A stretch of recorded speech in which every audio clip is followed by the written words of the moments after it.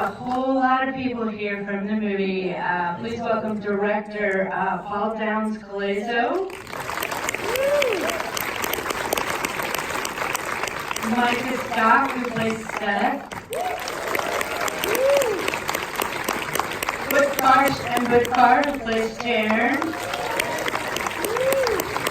Michaela Watkins who plays Catherine, and Jillian Bell who plays Brittany.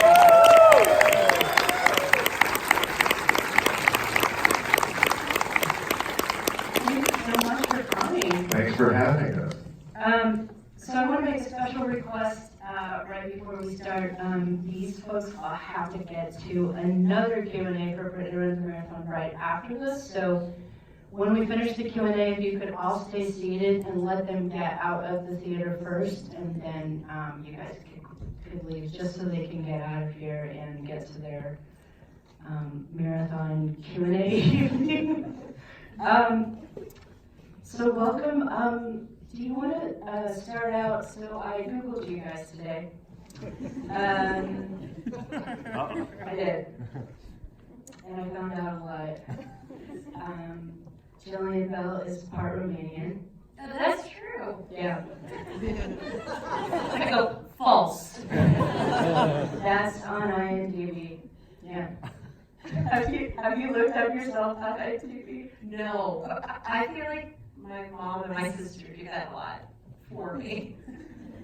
They'll be like, what is this you're doing? I'm like, I don't know if that's the real credit, but I'll do it if someone will have me. So what I found out from my research is that like a real marathon, this movie sounds like it was a little bit of a marathon. Do you want to talk about,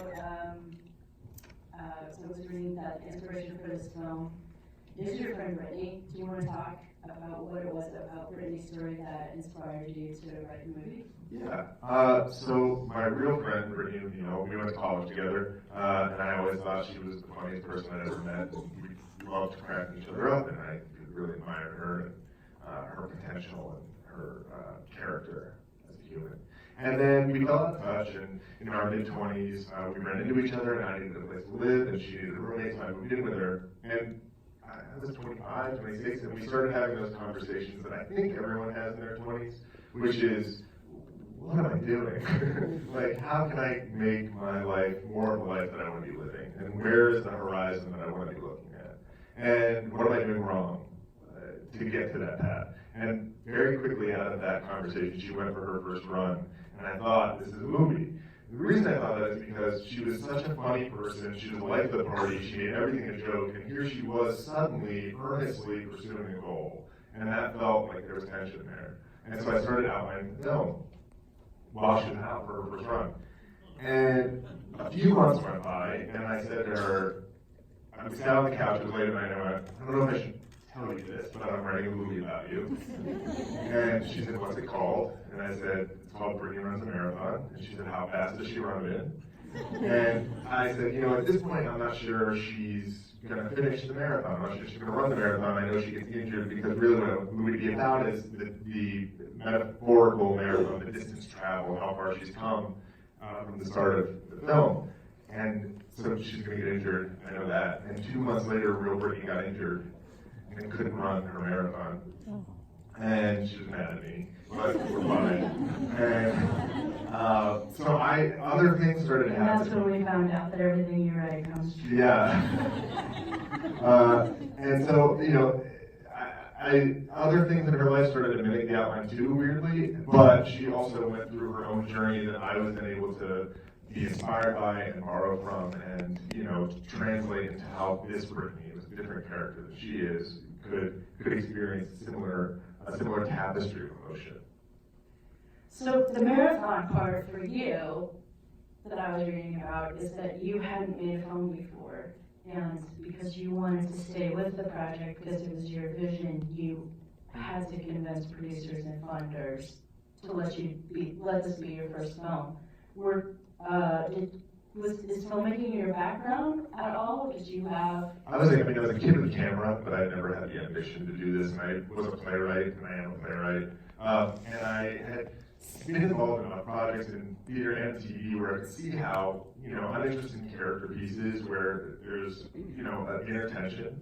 And I saw how that could get lost in translation and put in the wrong hands. And because this story was, personal and really something I poured a lot of my soul into while writing it, and I knew that the subject matter, especially written by a man, could be handled in a way that was offensive or inflammatory or missed the mark in terms of respect. In this day and age, especially, that would be under a microscope, and thank God it would make sure it was done right. And I didn't want the nuance to get lost. So I asked if I could direct the movie, and they said no, which was, right of them, because I hadn't done anything. But I made a lookbook, and I made storyboards, and I went out to LA, came out here, and I live in New York, and I made sort of a presentation about how it needed to be handled, and how it could get screwed up if it wasn't done properly. And they said yes, and then I out of necessity, learned how to do it. That's amazing. That's so terrifying, though. I loved it. It was fun. Did you throw up a lot? That was fun. Yeah. So let's talk characters now. How did Jillian become your Brittany? Well, it was the beginning of 2017. And we had a meeting in Williamsburg at a hotel, and we sat with the script. And I knew I was a fan of Jillian's as a comedic actress, starting with 22 Jump Street. And when I saw 22 Jump Street, I thought to myself, maybe that'll be Brittany, sort of in a pipe dream, if this ever happens, sort of way. And she walked in, and she was not at all, there was no guard on her. There was no, she wasn't going for a laugh. She was a human being with a beating heart, and of course she is. And she sat down, and we talked about the script. I do have a heart. She has organs. And, and she... I'm Romanian and I have a heart. I did that. But we did, we met, we both admitted that we were very nervous to meet each other. I fell in love with the script. I was instantly protective of her, and when I met with Paul, I had the same feeling about acting in this movie as you had about directing this movie. I thought, well, I know this sounds cocky, I don't mean it this way, but I want to play her because I don't want anyone else to maybe do it differently. Like, I've experienced so many things that she experiences. I've said so many things that Brittany said in this film, and I just felt instantly protective. And there was that sort of protective nature from both of us. We started going through the script at that cafe and talking about moments and how they need to be handled appropriately, while still maintaining, we wanted to make something, the intention for me was to still make something fun and funny and accessible, but do it in a way that deepened what we, start with the icon of what you know from American cinema, the sort of hot mess sidekick comic relief, and slowly ask the audience and dare the audience to empathize and sympathize with her and relate to her. And we had the exact, she got that from reading it. And we started going over the script, and there was, she knew I had never directed anything, and I had never seen her do dramatic leading work. And so we both were like, is this gonna work out? We're both dipping a toe into the pool. Are you safe? Yeah. And, and then we had a couple phone calls after that, or one? We had a couple phone calls, Yeah. and I believe you texted me and said, if you want Brittany, it's yours. Yeah. I was like, hey, I this is called Jillian. my manager so quickly, and I said to her, he offered it, I just say yes over a text? How does it work in 2019? Do we just agree? Are we signing a contract? Like, I was all in too, and I immediately wrote back and just said, let's do this. And then it became, I like rehearsal because I come from theater. You don't get that with limited funding and whatever. So we spoke once a week, once every 2 weeks with the script, and went word by word on the script just to make sure that when we got to set, we were telling the same story, because the story happens inside of Brittany.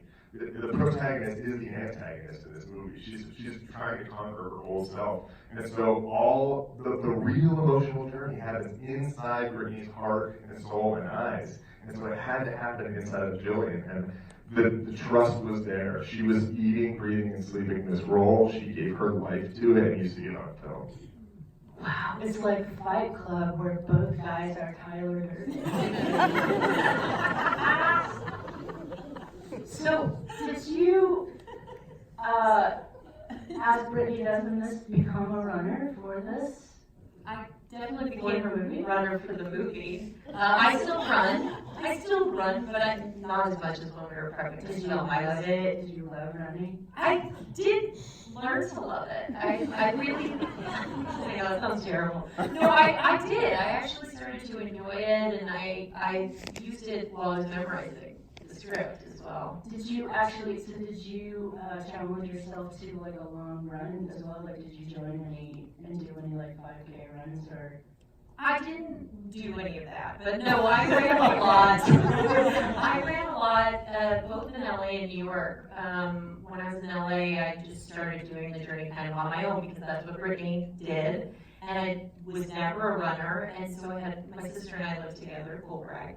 And I had her take me running so that I would see what mistakes I naturally made in the beginning. And then I got a trainer, and I wanted to do the physical journey that the character goes through, but we were shooting in 28 days? Yeah, 28 days. 28 days. So I lost 40 pounds to go through her physical journey. Just because I thought it would connect me to the character more. The last 11 while we were filming. Yeah, 29 before and then 11 during shooting, which was very hard. But we were running a lot, so that helped me. So I heard the story, correct me if I'm wrong, that Michaela came onto the project because of you. I think that was, I know what you're referring to, but I think that was a slight misinterpretation, but also true. Sometimes that happens, which is, Paul, do you want to tell, I would tell it from my point of view, which is that Jillian called me and asked me to do it, but I think there's probably more. When I was, right before I lived with Brittany, I lived in an abandoned dentist office on the Upper West Side. This is related. What if this wasn't related? I'm so sorry I did that to you guys. And we used to watch Michaela's SNL audition tape weekly. Like you with Ariana Huffington getting into bed. And we were just the biggest fans, and we would walk around saying, "Bitch, please," all the time. Like, we were just the biggest Michaela Watkins fan. And when Jillian, who, as we were talking about, who would play Catherine, brought up Michaela as we were looking at actresses, I was thrilled at the idea because I was a fan, like a legit fan of Michaela's. Okay, so Jillian brought it up. Okay, great. No, this is good. We're all learning. Yeah, and so she called me and said, and I thought she was going to be like, do you think I should do this movie? But she was really calling to say, I'm doing this movie, do you want a part in it? Because I think it'd be cool. And trying to sell me on it in a weird way, and as soon as she told me what it was, I was like, oh, I'm doing it. And she was like, it'd just be great if you did. I was like, yeah, I know, I'm doing it. And I read the script, and I was like, yeah, fuck yeah, I'm doing it. But maybe I should have said that. Maybe I should just let it feel like I was doing a huge favor. You came to New York, and you saw me, and I felt like a little bit of a broken woman. I was in the middle of prepping all of this stuff, and it was, at times we had a really good time when it was light, but there were heavier moments and things where I felt like I had to be so vulnerable, and I felt so lucky that we got these people that are on the stage. Everybody was... Yeah, you were in deprivation by the time I got there. Deprivation? I was like, where's the rest of Jillian? You got there like day 4. Well, you two are in another movie together that came out this year, Sort of Trust. Are you just going to do all your projects together now? Yes. Honestly, Right. the good So Lord what'd you say? willing. The good Lord willing. I would love to. You guys, by the way, are amazing in that movie as well. Very fun movie. So for the dudes, We've got 30 seconds left. no, I want you guys to talk because, you know, you see so many panels where people. Because of representation. I want you to be a representative. That didn't go over very And well. not just sit up here and look pretty. Yeah, well, I'm here because Michaela called me and asked me to She begged and begged, but maybe Paul has a different I story. know, I showed up to set and it was cast. It was just like casting my phone tree. Just call everybody on your phone. No, Utkarsh and I went to school together, and he doesn't remember me, but I remember him. Oh, I love this. And he sent a self-tape, and it was just fucking incredible. And Micah and I knew each other from the theater community, and I knew him from his Tony-nominated performance in It's Only a Play, which he was fantastic in. And what ended up happening was the idea was to assemble comic masters who had depth and who didn't get to show the depth that often in film roles. And so it was this playground of people who were fun and funny and game and yes and like as a spirit, not just in improv, but as a spirit. And because of that, there were no tragedies on set. Nothing shut anything down. When there was a problem, we lost power for 3/4 of the day. It was fine because everyone was like, "Well, how do we make it work?" And so their joy, which I think really reads in this film, is what the experience was like. It was like making a play. We were all just in it because we loved it, and I'm grateful to all of them. I think Paul also shows. Micah has a robot voice for real. This is all. It was a transformational performance. No, I just wanted to say I think Paul also, when he set off to choose, really talented people, he also chose really kind people, and it's hard to find both in one ensemble, and it's really nice to be around good people. It really does make a difference. If you love going to work and who you get to work with, every one of these people, I remember our first day of work, and each one was special and bringing something totally fun and inventive and new. And I'm so glad we got to do it together. I do think it would be a good idea, though, to just as a gimmick, to see if you cast one person and then they called somebody and it was phone tree, And see how and you that- don't know who's coming until the first day. That sounds like a really good first-time director move. Just, I'm gonna be That's bold. the next Just want to person. throw it out Let's there, do it. directors. Paul, it's your next project. Come on, I dare you. No, I will tell you a first-time director story though. Is the first day of shooting, I woke up and I called the AD at like 3:30 in the morning and I went, "I need a birthday clown." And they went, "What?" And it was written in the script as like a pregnant woman. And I was like, "It's not New York enough. I need a birthday clown." And so they got me a birthday clown. That guy was dressed like that morning. He was just available. And, everyone was sort of side-eyeing me, like, what are we getting into with this guy? And I remember thinking, like, I'm either going to be, like, remember that guy who required us to get a birthday clown? Or I'll be like, hey, remember when you had that great idea for a birthday clown? And they delivered a birthday clown, and the financiers came to set just for the moment we were filming the birthday clown, just by chance. So all they saw on the first day of, like, placing their bet on me is me being like, happy, don't look so happy. And they was happy. And they were like, okay, Was that his Looks good, Bob. full-time job, or was it a special skill? No, I think that's, I don't know. He does a really good job at it. Okay. So I want to just say briefly what I really like about the film, which is, there's been in the last few years a lot of films with the trope of plus size lady loses weight, changes her life, what I really liked about this film is that all happens in the first quarter, and then you're like, Now what's the movie? oh, I guess Brittany's really gonna change at this point. So that's what I really appreciated. It looks like it's gonna be a film like what we've seen before, but it's not. That's- It's a lot deeper than that. That's the idea of the film. The idea is, we're giving you a full sentence as the title so you can kind of understand this movie, and then we're giving you characters that start as what feels like soft familiarity, and then sort of just hopefully shift you over and over again away from what you thought it would be while still delivering what it is.